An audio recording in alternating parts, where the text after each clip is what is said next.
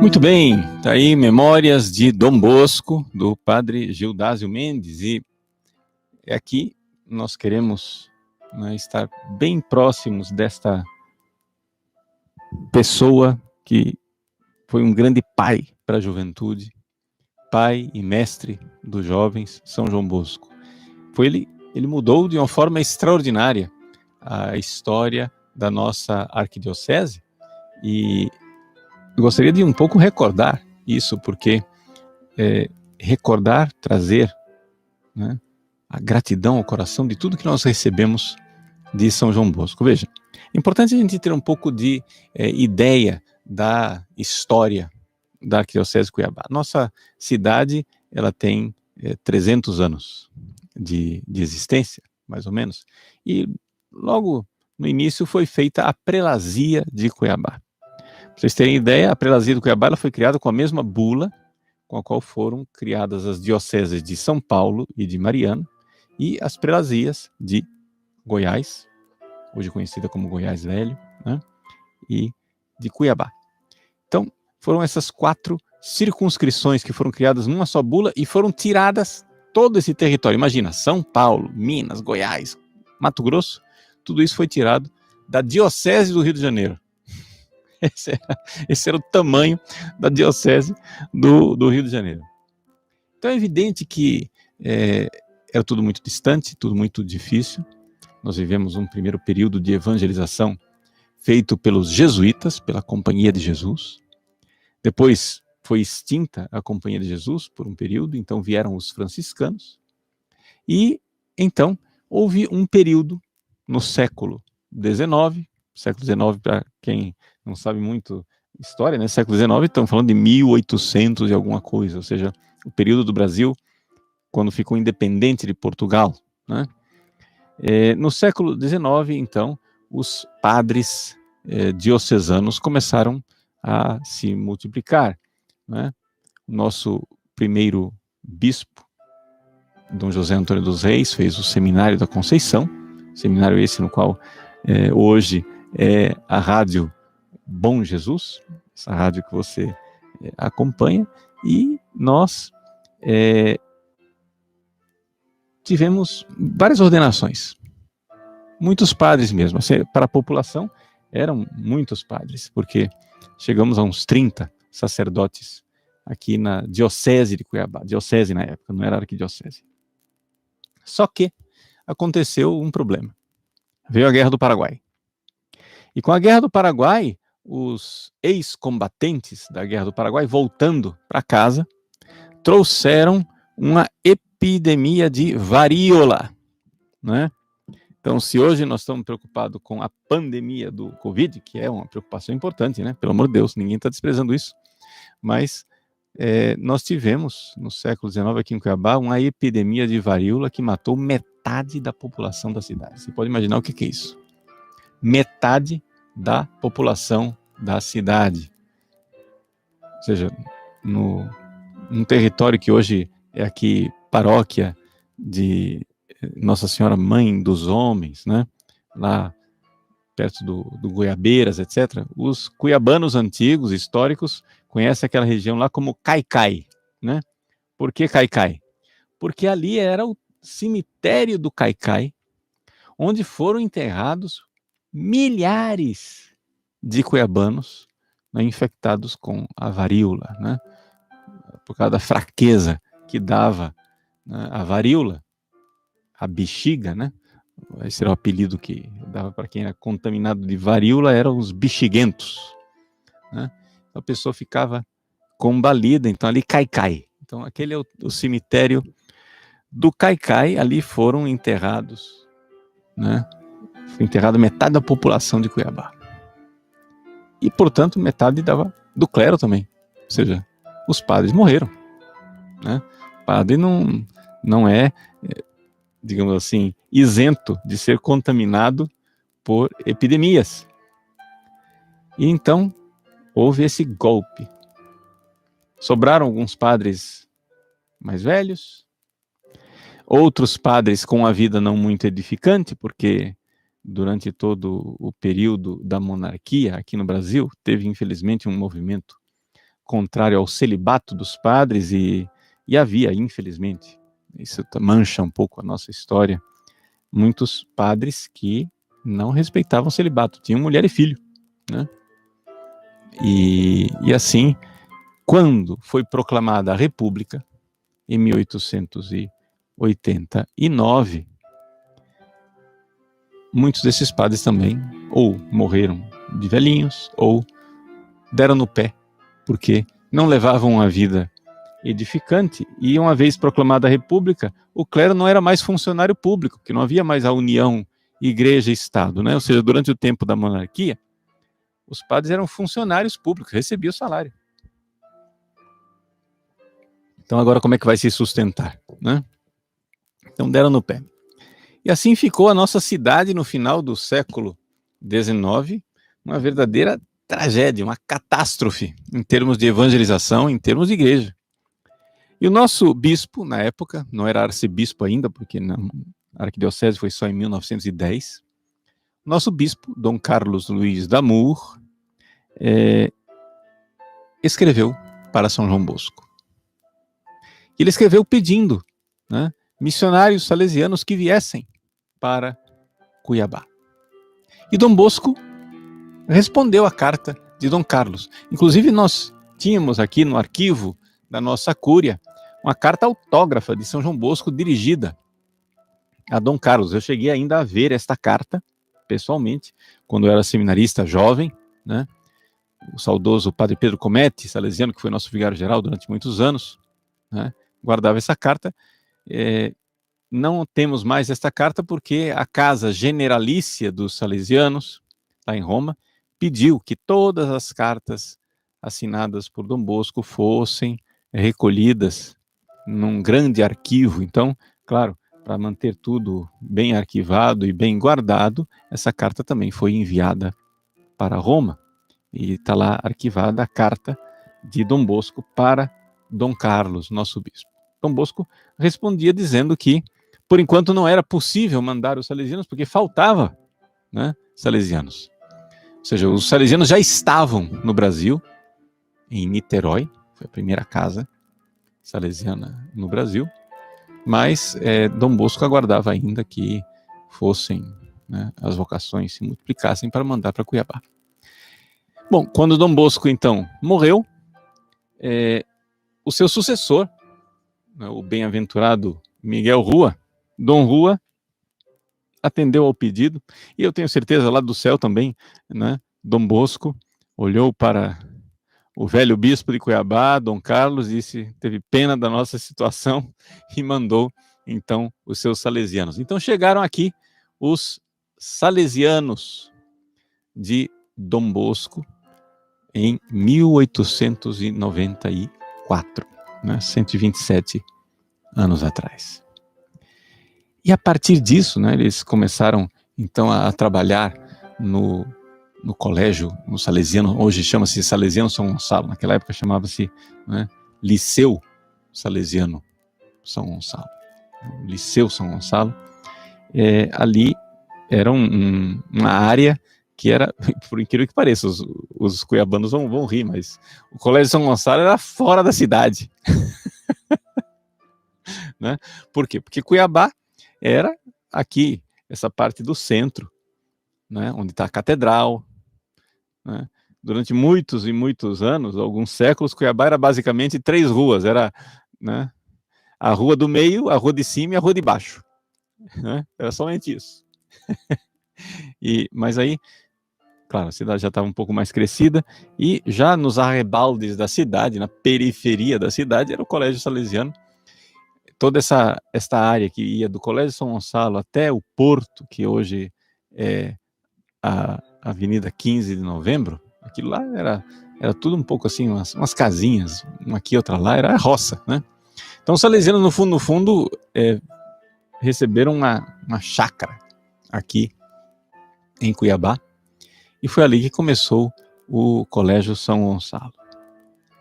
Eu digo com muita gratidão, fui aluno do Colégio São Gonçalo, e eu digo com toda verdade, eu devo ao Colégio São Gonçalo e os Salesianos, a salvação da minha alma. Foi ali que eu aprendi a amar Deus. Foi no pátio daquele colégio que eu aprendi a amar Deus. Então, era o padre diretor da época, padre Baldan, depois veio o padre Ariento, padre Lima, foram os diretores da minha época, e o grande incentivador da minha vida espiritual foi o padre José Crevacore, né? Tem vídeos meus sobre o padre José Crevacore, então não vou aqui repetir as coisas, mas só estou dizendo isso para dizer que, assim como marcou a minha vida e marcou a minha história com Deus, assim a presença dos salesianos aqui em Cuiabá marcou também a história e a vida de muitas pessoas. Porque imagine só, uma Cuiabá sem padres. Não tinha padres, né? Nós tínhamos uma paróquia entregue aos franciscanos, que era a paróquia da Boa Morte. Uma paróquia entregue aos jesuítas, que é a paróquia do Rosário. Mas todo o resto da diocese, né, foi entregue aos salesianos. Ou seja, a nossa catedral, quem cuidava eram os salesianos. Não havia padres diocesanos. O pároco da catedral era salesiano. O nosso seminário, que era aqui o seminário da Conceição, foi entregue aos salesianos. Paróquia lá da Várzea Grande, paróquia Nossa Senhora da Guia, também eram salesianos. Não havia nada das outras paróquias da Várzea Grande, era uma paróquia só, né? Paróquia do Cochipó, né, que era o distrito lá do Cochipó, era também dos salesianos, e assim por diante. Ou seja, toda esta a área da cidade estava tudo na mão dos salesianos e que, como grandes missionários e evangelizadores, ensinaram, né, o caminho do céu.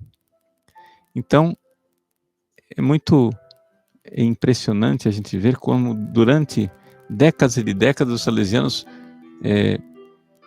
ouvindo mesmo, seguindo a vocação que receberam de Dom Bosco, se entregaram e se deram aqui para a nossa diocese. Eu me recordo ainda dos velhos missionários salesianos antigos, né, da primeira turma dos que vieram lá da Itália. Eu conheci ainda vários deles, né? Padre Pedro Cometri, o mestre Bomblé, Padre Angelo Venturelli, Padre Alfeu Levorato, deixaram a Itália ainda adolescentes, com 15 anos de idade, 14, 15 anos de idade, vieram para cá e disseram: adeus papai, adeus mamãe, nos veremos no céu. Porque imagine, naquela época, o que era sair da Itália e chegar em Cuiabá, né? Eles saíram num transatlântico, chegaram no Rio de Janeiro. No Rio de Janeiro pegaram um barco menor, um navio menor, e foram até Montevidéu. Em Montevidéu pegaram um barco ainda menor e subiram o Rio do Prata. Chegaram em Corumbá, pegaram um barco ainda menor, subiram o Rio Paraguai. Quando chegaram aqui em Cuiabá, na época da seca, tiveram que pegar uma chata, ou seja, uma espécie de jangada, porque não tinha profundidade para chegar aqui em Cuiabá. Quando chegaram, foram morar aqui no seminário da Conceição. E imagine, um seminário com essas paredes, grandes paredes de adobe, teto sem forro, telha-vã, né? No calor de Cuiabá, sem luz elétrica, sem ventilador, sem ar-condicionado, sem geladeira. Saíram da Itália para vir assar em Cuiabá. e as condições eram tão pobres, a situação era tão difícil, que o inspetor uma vez passou aqui no seminário, viu os religiosos salesianos numa condição tal que ele disse: vamos encerrar o ano letivo por aqui, para. Todo mundo entra no caminhão, colocaram, né, atrás do caminhão e levaram para as missões indígenas para eles comerem, porque estavam passando fome aqui. Estavam passando fome. Nas missões indígenas tinha lavoura, então lá eles podiam dar de comer para os religiosos.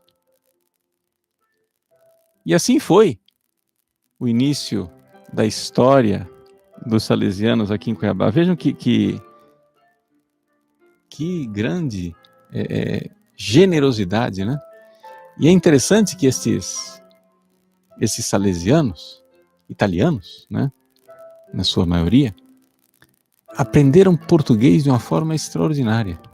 Eram alunos de Dom Aquino, da Academia Brasileira de Letras, né? Ou seja, tinham um português invejável, um português assim, mesmo belíssimo e impressionante. Falar de inculturação e de inserção, nós nunca víamos eles falando italiano entre si, nunca. Um italiano falava com o outro em português. E falavam português corretíssimo, uma coisa extraordinária.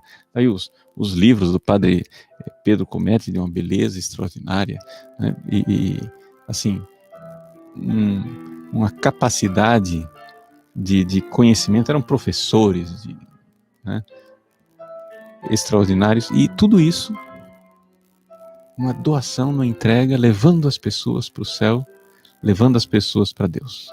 Então, isso é um pouco da nossa história aqui na Arquidiocese de Cuiabá. Para continuar contando essa história, a gente vai ter um intervalo agora e a gente volta já já. Você que queira participar conosco, mande sua pergunta através dos nossos canais no YouTube, no Facebook, né? E estamos aqui para responder, tá bom? Até já. Muito bem, retornamos ao nosso programa Arquidiocese em Comunhão e hoje nós estamos falando um pouco da história, da influência de São João Bosco na nossa Arquidiocese de Cuiabá. Com grande gratidão ao trabalho dos salesianos na evangelização e para nos colocar no caminho do céu. Essa é a influência claríssima de São João Bosco entre nós.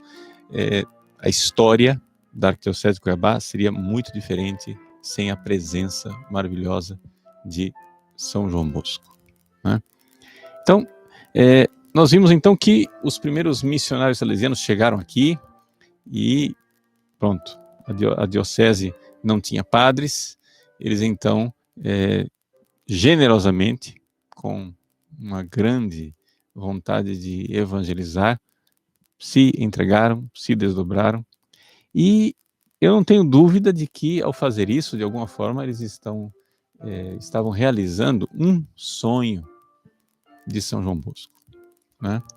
Existe um famoso sonho, está escrito em vários lugares, mas eu tenho aqui essa vida de São João Bosco, escrita pelo padre João Batista Lemoine, na época ainda que Dom Bosco era servo de Deus. E ele conta este sonho de Dom Bosco. Dom Bosco fez uma espécie de viagem do sonho através da América do Sul, né? Esse sonho ele teve no dia 30 de agosto de 1883, em São Benigno Canavese. E ele teve um sonho, que o pessoal diz que é de Brasília. Mas, se vocês forem ver as características geográficas que o sonho descreve, não tem muito a ver com Brasília. Ele teve um sonho que entre os paralelos 15 e 20, ele via a palavra que ele usa em italiano em seni, em seios, ou seja, reentrâncias, né? Aqui a tradução em uma ondulação formada pelos Andes, havia vários lagos, né? Agora, vejam só, é verdade, Brasília tem lago, mas é lago artificial. O que acontece é que reentrância formada pelos Andes é aquilo que nós chamamos aqui, né, de Baixada Cuiabana. Ou seja, a Baixada Cuiabana, ela é uma depressão geológica, formada exatamente pelos Andes. Ou seja, em geologia, quando alguma coisa sobe, outra coisa desce, né?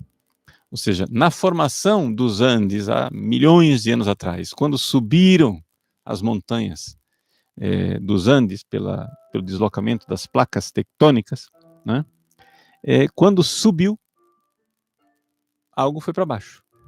E foi essa depressão, né, que hoje forma o Pantanal. Então, as lagoas do Pantanal, que nós aqui popularmente chamamos de baías, né? As baías do Pantanal mato-grossense são exatamente lagoas formadas por ondulações dos Andes, né?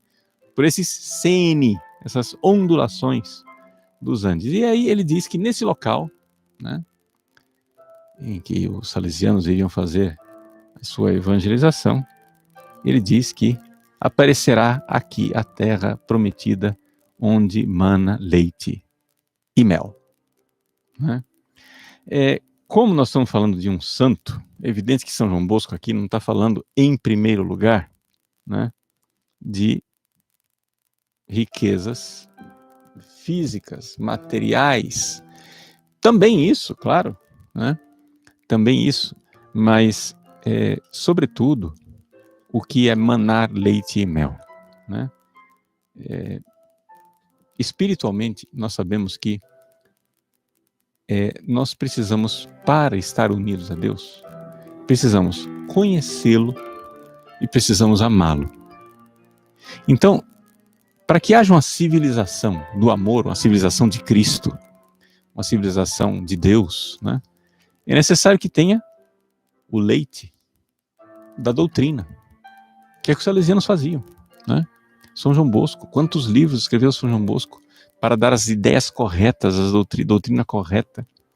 E foi assim que nós fomos evangelizados, neste leite, para que, uma vez conhecendo, ninguém ama o que não conhece, uma vez conhecendo, a gente tivesse o mel do amor, o mel da devoção, o mel da entrega, né? Então, essa é a verdadeira civilização, a terra onde jorra leite e mel. E nós cremos que é isso, né, que São João Bosco sonhou para nós. Então vamos aqui um pouco um diálogo com vocês, né, que estão nos acompanhando. Temos gente aí acompanhando da Inglaterra, do Piauí, de São Paulo, de Goiás, de Minas Gerais, né? Manda aí a sua saudação no YouTube, no Facebook, tá? E tem umas perguntas aqui. O Flanzuel Padilha, ele pergunta o seguinte: qual é a influência dos salesianos na paróquia São João Bosco de Cuiabá? Eu sou paroquiano e nossa paróquia fez 50 anos ontem. É isso mesmo, Flanzuel. A paróquia de São João Bosco, ela foi criada na época do episcopado de Dom Orlando Chaves, né? Nosso terceiro arcebispo, segundo salesiano, terceiro arcebispo. Dom Orlando foi arcebispo de Cuiabá a partir de 1956. O Dom Orlando, ele convidou as Irmãs Azuis, né? É uma congregação fundada por Émilie de Villeneuve, as Irmãs Azuis a terem uma escola aqui em Cuiabá. Era uma cidade, um lugar da cidade mais afastado, mais elevado, ainda hoje é chamado de cidade alta, né? E para que aquele colégio existisse, então, Dom Orlando criou a paróquia, né? A história da paróquia São João Bosco está muito unida ao Colégio das Irmãs Azuis. E nomeou como pároco responsável da paróquia São João Bosco o diretor do Colégio São Gonçalo. Então, os diretores do Colégio São Gonçalo eram os responsáveis pela paróquia São João Bosco. Então, historicamente falando, a paróquia São João Bosco está muito unida aos salesianos, sim, não somente pelo nome, São João Bosco, mas porque os primeiros párocos responsáveis eram os diretores do Colégio São Gonçalo. Então, é um pouco essa a história, né, da paróquia São João Bosco há 50 anos atrás. Então, parabéns, né, paróquia São João Bosco, parabéns ao padre Elioso, Parabéns ao Padre Francisco que faz o programa conosco aqui, a Arquidiocese em Comunhão, também é vigário da paróquia São João Bosco. Deus abençoe a todos, uma grande alegria. Eu coloquei nas minhas orações, né, nesses dias, os 50 anos da paróquia São João Bosco. Pergunta do Pedrinho. Padre, por que Dom Bosco disse a São Domingos Sábio que para ele ser santo, ele deveria ser alegre? Parece pouco quando se trata de algo tão sublime como é a santidade. Veja, Pedrinho, isso daí Dom Bosco narrou na vida de São Domingos Sábio, está inclusive nesse livro aqui das fontes salesianas. Aí quem quiser ter uma coleção, né, digamos assim, dos principais escritos de São João Bosco, Dom Bosco e sua obra em coletânea antológica, né? Vale muito a pena nessas fontes salesianas aqui, publicado pela EDB Brasil. Tá lá a vida de São Domingos Sábio também, né? E essa coisa surgiu o seguinte: o Dom Bosco disse a São Domingos Sábio que para ser santo precisa ser alegre. Por quê? Aí vem a explicação mais importante. Porque aquilo que entristece não vem de Deus, né? Ou seja, aquilo que Dom Bosco estava fazendo era explicando para um jovem, numa linguagem jovem, o seguinte: que você estar em estado de graça, você querer agradar sempre a Deus, é estar na alegria. Por quê? Porque o pecado, embora ele possa ter arroubos de pseudo-alegria num carnaval, né, numa expressão gaiata, né, de prazer carnal, no fundo, essas alegrias elas se apagam, né? Você vê os jovens hoje se entregam a tantas coisas, né? No sábado à noite saem para festejar, para cometer pecados no sábado à noite, né? Bebida em excesso, drogas, sexo desregrado, etc, etc. E parece que são alegres, mas na verdade essa alegria ela se apaga com as luzes do sábado à noite. Ou seja, quando você chega em casa e apaga as luzes para dormir na sua ressaca, aquela alegria vai embora, ela evapora. Ela evapora junto com o álcool. É uma pseudo-alegria, né? Não é uma alegria verdadeira, né? Então, é importante a gente se dar conta disso. É importante a gente se dar conta que a alegria que o mundo dá, ela não é profunda, ela é superficial. Enquanto a alegria de agradar a Deus é uma realidade que verdadeiramente, né, produz. Por quê? Porque Santo Tomás de Aquino, que é um grande psicólogo, diz que a primeira reação do amor é a alegria. Quando você sabe que você é amado. Ora, Deus é amor. Então, a santidade parte da onde? A santidade parte, né, de eu receber o amor que vem de Deus. O amor que nos salva não é o amor que eu dou para Deus. Isso é a resposta. Isso é o número 2. O número 1, o amor consiste nisso, diz São João.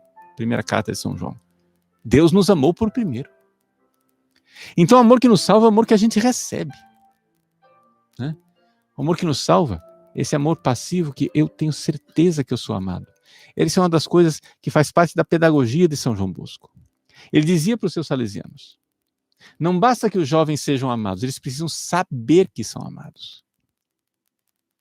Eles precisam saber que eles são amados. E então, nessa certeza de ser amado, né, de receber amor, então esses jovens reagiam de uma forma extraordinária, né?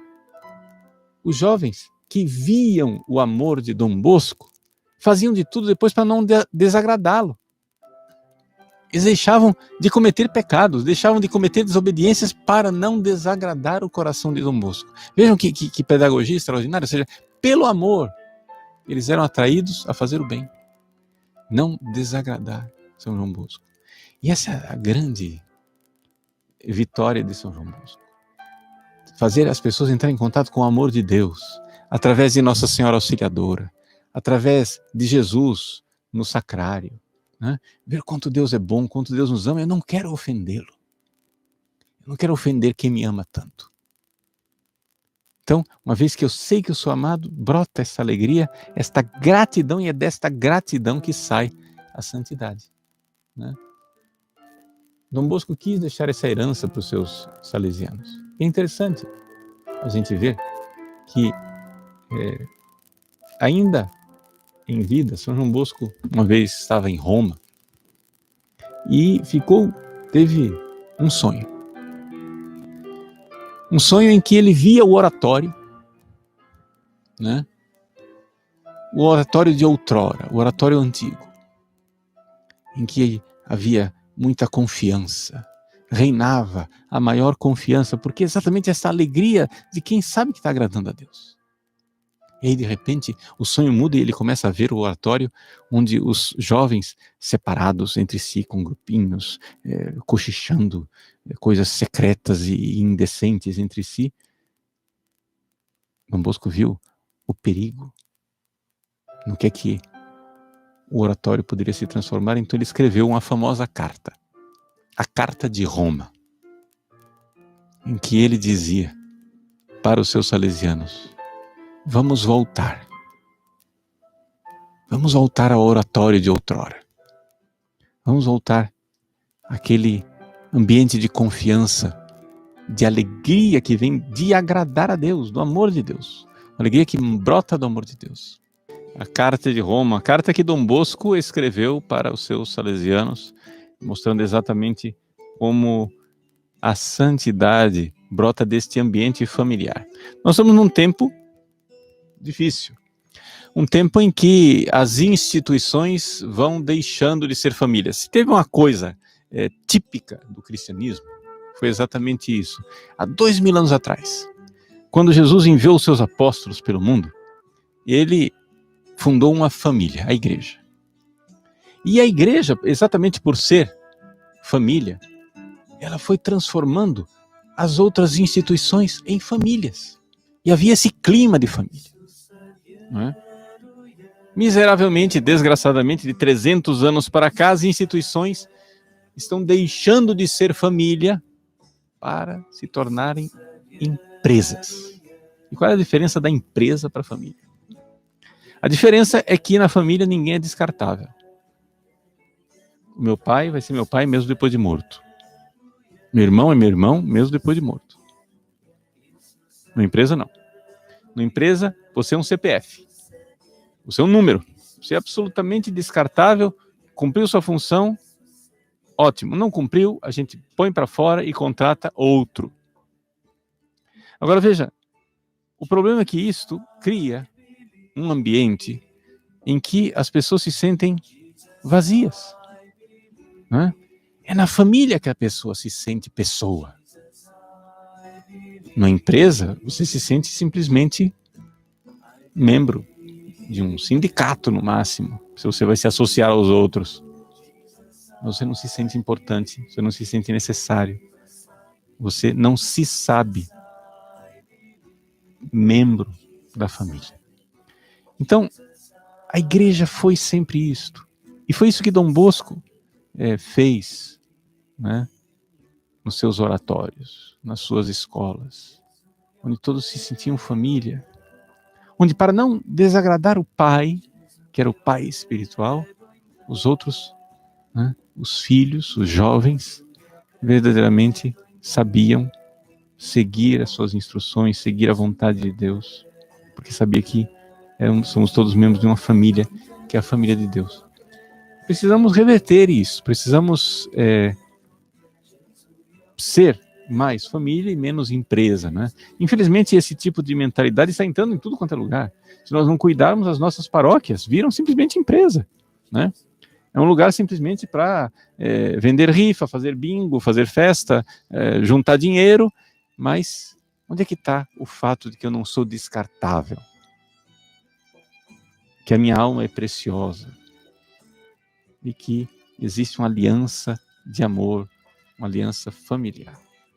E é um pouco isto que a gente vê, né, a grandeza de São João Bosco, este ambiente, né, familiar, e essa é a herança, grande herança que nós precisamos cultivar, né?